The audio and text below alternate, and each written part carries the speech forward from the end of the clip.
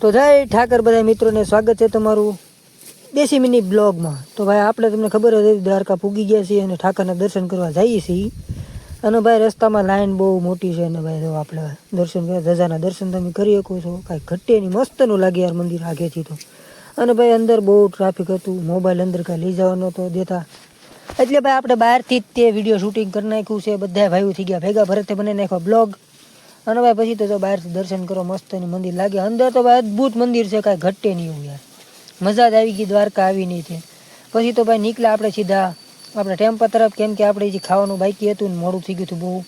પછી તો ભાઈ આપણે ખાઈ પીને આવ્યા પાછા 2 વાગ્યે રાતે દર્શન કરવા મંદિરના। અને ભાઈ નજારો તમે જોઈ શકો છો, તમારે આંખમાં દેખાય એવા કાંઈ ન ઘટે યાર, આમ અલગ જ મજા આવે। પછી તો ભાઈ 2-3 વિડીયો બનાવી નાખ્યા મસ્ત મસ્તના, કાંઈ ઘટે નહીં એવા।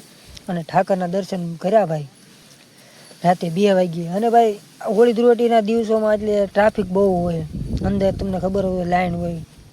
પછી તો ભાઈ આપણે નીકળી ગયા આપણા બોલેરા તરફ, કેમ કે આપણે સવારમાં જવાનું હતું બેટ દ્વારકા। અને ભાઈ આપણે સીધા આવી ગયા સુદર્શન સેતુ પાસે। અને ભાઈ તમે જોયો કો નજારો જુઓ તમે યાર, અને પબ્લિક ભાઈ દુનિયાનું પબ્લિક અહીંયા કંઈ ઘટે નહીં લો, આ નજારો તમે જોયો કો। પછી તો અહીંયા ભાઈ ફોટાનો ધરાવ કરી નાખ્યો, પથારો પાડી દીધા ફોટા વિડીયો જે મોજ આવી બધું બનાવી નાખ્યું। બધા ભાઈઓ થઈ ગયા ભેગા, અને યાર પછી તો હું બધા ભાઈઓ આવીને પાછો વિડીયો બનાવી નાખ્યો યાર।